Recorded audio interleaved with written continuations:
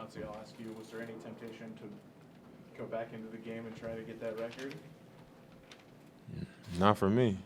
I mean, I knew I was close because obviously I was the one shooting the ball. But, I mean, once the game we was up 20 or 22 or whatever it was, I've been around long enough to know I wasn't going back in that game. So I got a heat pack on my thigh, and that was it. But I wasn't even – I knew that would be the thirsty thing to do. So I didn't even think, that Chauncey would even consider that. So. There was a time, though, in the third where I think you hit a 34-footer and then took a 37-footer. Yeah. I mean, you're kind of feeling it. Or Yeah. Seeking I mean, your mindset was? I mean, I'm going to shoot it until it run out, I think it's one of those situations where you start seeing the ball go in. I think you just got to let it ride, and that's what I was doing. Each opportunity where I felt like it was a window where I could get a three off, I was shooting it. And it didn't matter the distance. If I felt like I can get it off pretty clean, then I was going to get it off. You're getting a lot of shots off the ball tonight, and you have been over the last couple of games. Yeah. And I know that you said that that's kind of the flow is just that you just kind of finding that space to let Ann and let Jeremy kind of set you up. I mean, I think that's the way that we'll be most successful, and we'll all be able to be ourselves. And Ant has to play with the ball in his hand. Jeremy has to play with the ball in his hands. He's going to get his ISOs.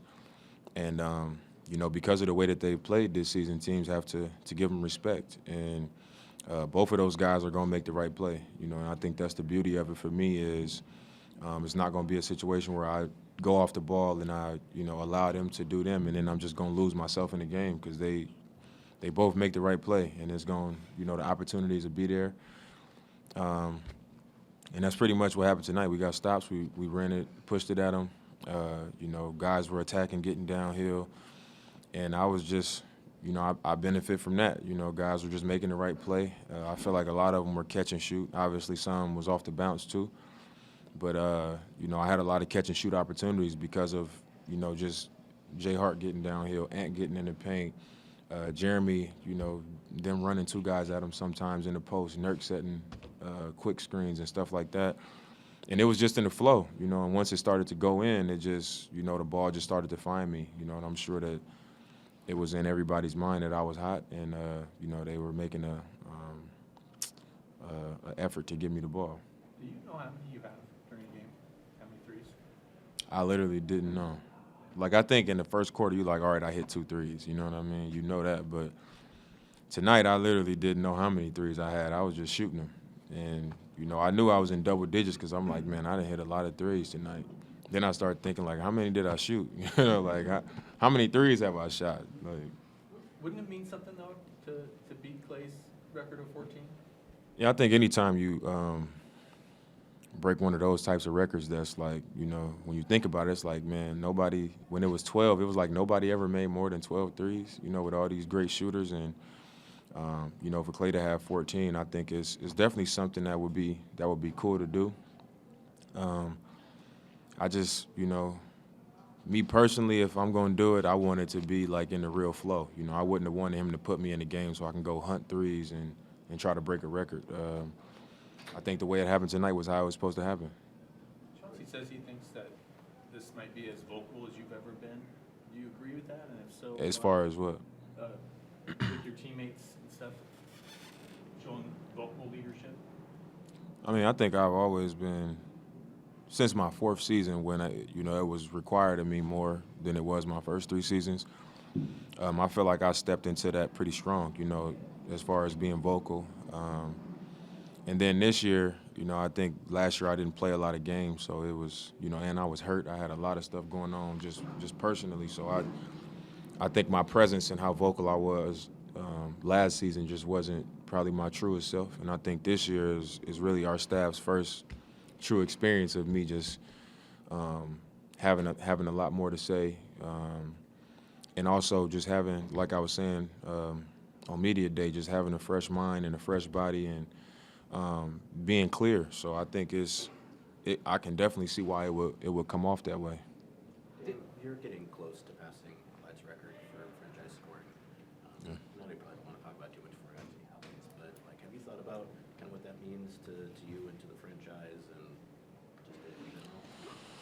I mean, I've thought about it for years, but I never thought about like, all right, what when it actually happens, like how am I gonna feel? So I honestly don't know. You know, I think everybody here knows this. You know, it's documented that I've always said I want to be the best. You know, I want to be the guy where when they say who's the best to come through here, you know, I want people to look and say it was Dame. You know, and obviously scoring isn't everything, but when you start to get up in these types of numbers, that's a major thing. So, and you know the fact that it's Clyde Drexler. You know, anybody who knows the history of the NBA is going to respect and honor that. So, you know, being a part of one organization for this long, and you know, being able to sustain this level of success and to catch a record like that, it means a lot. You know, to be in that position. And once it does happen, I think it'll be just a major step in, you know, even further in the direction of being what I want to be. You know, as far as being a trailblazer, and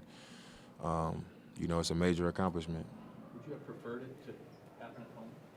Yeah, I really wish it was at home. I wish it was at home. You know, I think it's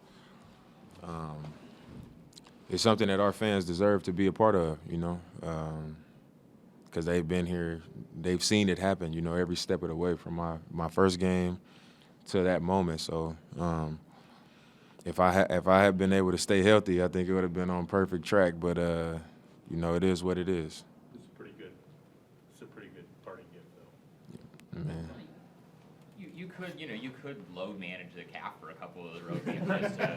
Just to, Man, y'all know I'm not a fan of load managing. The times that I was held out, it was against my will. So, Dame, 10 years in, post-surgery, do games like this, does it feel like it comes easier now that everything's kind of behind you and you kind of know what it takes to have a night like this and you've got your body right? When these opportunities come up, does it just feel like it flows a little more naturally?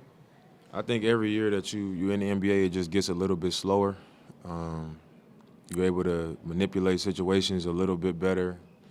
Everything is more familiar, and I think for me personally, only me and our training staff really know how unhealthy I've been for the last 4 seasons.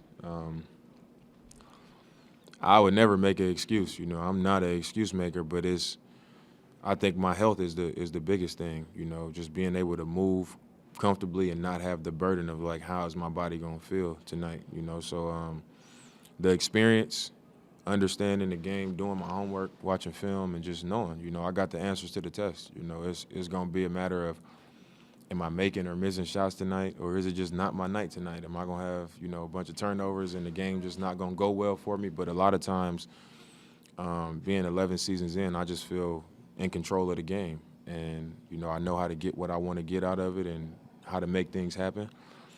And then when you put that with having a healthy body and a healthy mind, you know, it's much more simple to put together strong performances. Does it help that, at least from the outside, it looks like you don't have to be as much as the alpha, so to speak, Yeah. on a night-to-night basis? Yeah. Does that allow you to have nights like this easier? Or Yeah, I think, you know, if you just look around, you know, having Ant out there who's capable of going and getting 50 points, and he's a knockdown three-point shooter. He can handle the ball. He's wired the same way I am, so he's going to make the right play. And then you got Jeremy, who's a dynamic, long four-man who can shoot, who can ISO, who can pass. He, you know, does all these different things. He's guarding the ball every night. And we, you know, bringing in a playmaker and a defender and Justice. You got Jay Hart pushing it in transition, creating all these opportunities. So it takes a lot off of my plate where I don't have to work as hard and use as much energy to do every little thing. So that alone is going to make me just stronger throughout the game, and it's going to make me better. But I think just not having to just dominate every little thing for 48 minutes makes it, you know, a million times easier to just do my job.